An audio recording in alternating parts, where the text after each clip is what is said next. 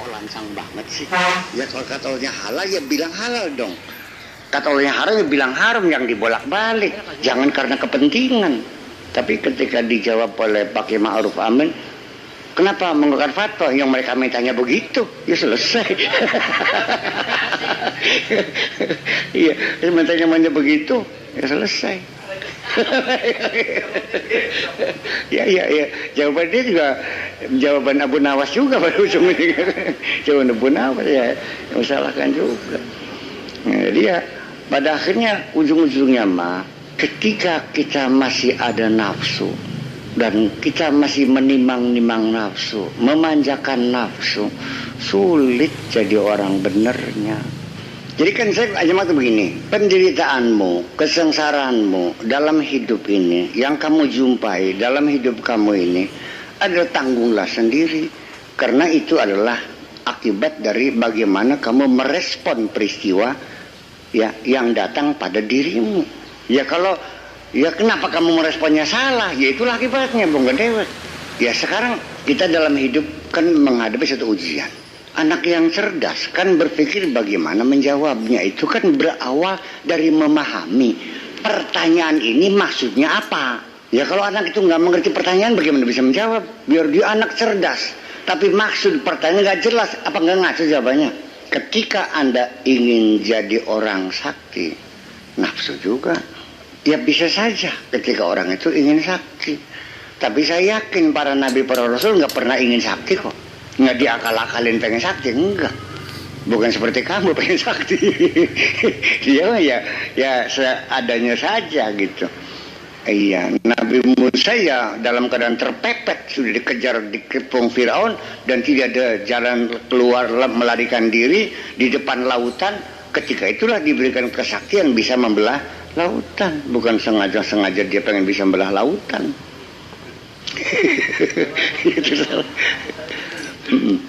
Iya, saya setuju. Karena Pak, tikungan-tikungan maut itu sering kita hadapi dalam menempuh perjalanan. Tiba-tiba berbelok. Nah itu kita waspadai. Makanya nyetirnya pelan-pelan, remnya yang pakem. Karena kadang-kadang di tengah perjalanan banyak orang lalu terjungkal kan gitu. Memang iya, dan memang nanti kiatnya iblis sendiri ketika akan menyelewengkan kita itu tidak diajak ke maksiat, enggak, hanya disentuh dikit aja, asal titik tolaknya bergeser dikit aja, ujungnya setelah ditarik dalam berkepanjangan sekian kilometer kan jauh nyimpangnya. Kita menghadap kiblat sholat bergeser 1/1000 mili, mungkin nggak ada artinya kan, tapi setelah 1000 kilometer kelihatan nggak renggangnya. Iya, makanya maka siratal mustaqim, jalan lurus tuh sebetulnya adalah jarak terpendek antara dua titik itu aja. Jadi titik hamba dan titik Tuhan, garis lurus itu namanya. Kalau mubeng ya bukan garis lurus namanya. Garis lurus itu adalah pertemuan dari dua titik dalam jangka yang paling pendek. Betul apa Bang begitu? Nah, iya. Jadi untuk mencari garis lurus itu bukan dari kita saja, tidak, tapi dari titik yang sananya juga ditarik kepanjangan. Makanya kita itu sendiri juga seringkali kita melakukan sesuatu karena kurang konfirmasi, kurang cek dan recheck, selamanya kita ini semuanya salah semua. Setelah kita menghadap Allah terbukti yang kita lakukan yang dianggapnya benar semua, ternyata di akhirat salah. Iya. Wa dhalla sa'yum fil hayati dunya wa yahsabuna annahum yuhsinuna sun'a. Dia sesat, menyimpang, tapi selama di dunia dia merasa berbuat baik saja. Ketertipuan semacam itu. Dan ketika setan juga dipanggil, dilakukan klarifikasi, mereka juga mengatakan wa qala qarinu ma atghaituhu walakinnahu kana fi dhalalim ba'id. Aku tidak pernah menyesatkan dia kok. Dia yang sesat sendiri, jauh sendiri. Dia hanya menggeser titik tolak aja sedikit aja. Udah kesananya kita udah kalau awalnya salah, kesananya salah semua. Makanya titik tolak itulah disebut dengan motivasi itu sendiri. Makanya motivasi itu yang tepat, yang precise. Nggak bisa sedikit bergeser pun. Iya, Orang ini faman kanat hijratuhu ila Allah wa rasulihi fa hijratuhu ila ma hajara ilaih. Ya kemana kita arahnya, kemana? Artinya bahwa dari mulai titik tolak sampai kepada motivasinya juga kita masih jelas bahwa tidak semua keinginan kita berbuat baik itu yang menyuruh Allah, kok enggak. Setan juga nyuruh, nafsu juga nyuruh, orang lain juga nyuruh. Apakah ketika kamu membuat masjid itu disuruh oleh Allah? Tidak kok, Allah gak pernah menyuruh. Yang menyuruh adalah nafsumu. Gara-gara kamu dipecat jadi ketua DKM, akhirnya ingin membuktikan dirinya hebat, aku mampu bisa bikin masjid, bikinlah masjid sendiri ya. Akhirnya apa? Mencari jamaah, menunggu setiap sudut jalan dengan bawa gula batu sama teh sebungkus, ngejak sholatnya di sini. Yang sana juga bawa kaos bagi-bagi untuk ngejak sholat semuanya di sana. Yang tercabik-cabik umat. Mungkinkah Allah menyuruh kita memecah belah umat? Ini perlu kita tegaskan sekali lagi. Jangan take for granted bahwa apa yang kamu lakukan sudah benar. Jadi evaluasi dong. Sebelum nanti kamu dievaluasi oleh Allah, sekarang aja kita evaluasi dulu. Iya kan? Iya. Apakah Kiduki memimpin tahlil di pantai Tegalagung itu sudah merupakan kebaikan? Ya belum tentu. Ketika dia tahlil bisa saja menunjukkan kebolehannya karena ada cewek yang disenengin. Ya untung nggak ada, sekarang saya yakin nggak. Membuktinya tak kerjang suruh kawin nggak mau. Dia sudah merasa bahagia sendirian. Ya oke, nggak ada masalah. Iya. Jadi Waman raghiba an sunnati falaysa minni, orang yang tidak mau kawin berarti bukan umatku, bukan itu maksudnya. Kan ada hadisnya, an-nikahu sunnati. Waman raghiba an sunnati falaysa minni. Jadi kalau kawin adalah sunnahku, kalau tidak kawin berarti bukan umatku, bukan itu. Artinya nyicipinya pengen, tidur barengnya pengen, tapi tidak kawin, itu yang bukan umat Muhammad. Kalau memang dia punya prinsip nggak usah kawin, nggak ada masalah. Banyak wali yang nggak kawin kok.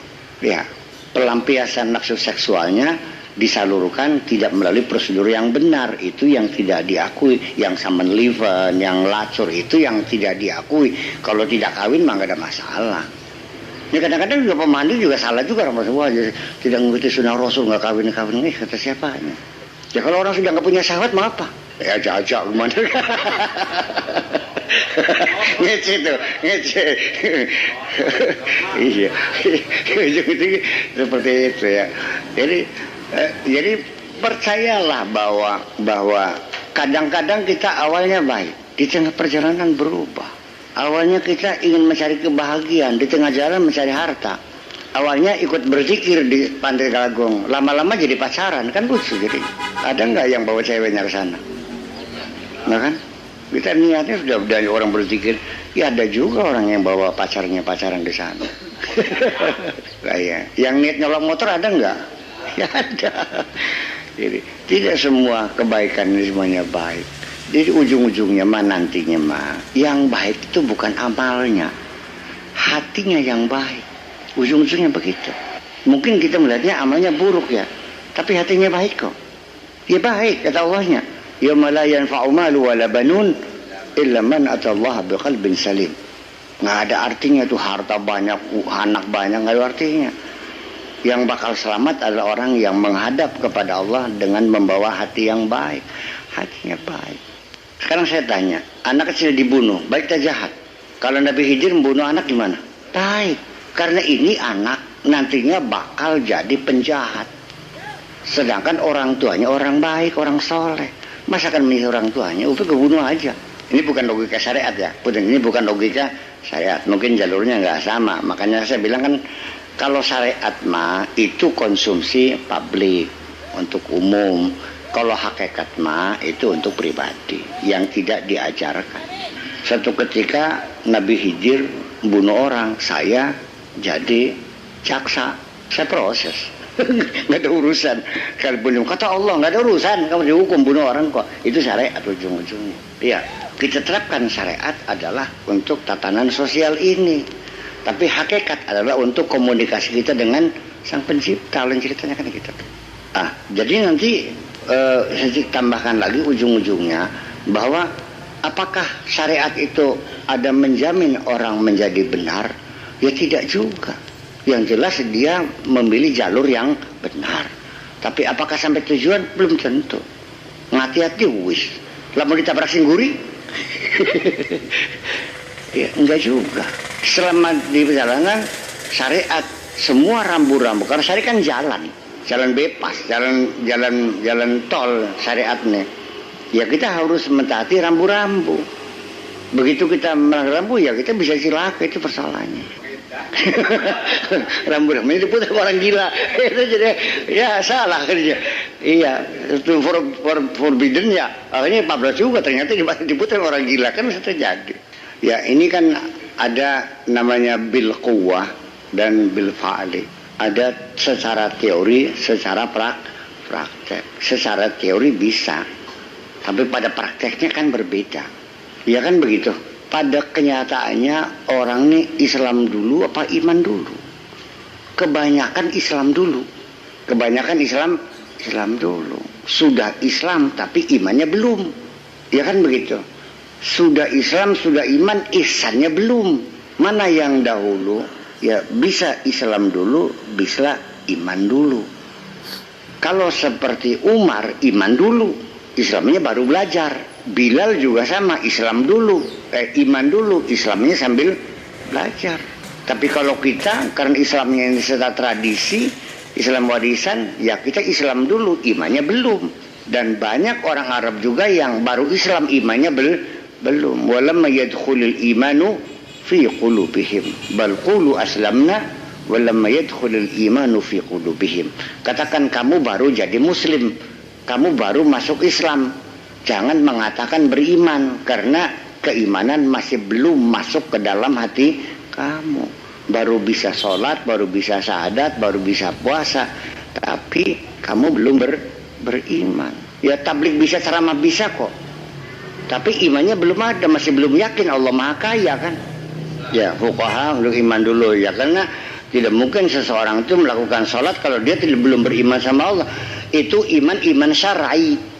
Artinya iman syar'i itu yang penting asal percaya ada Allah. Adapun masih diyakininya Allah itu fakir, miskin, ya nggak ada masalah, yang penting Allah ada. Itu sudah cukup syarat sebagai mukmin secara fikih.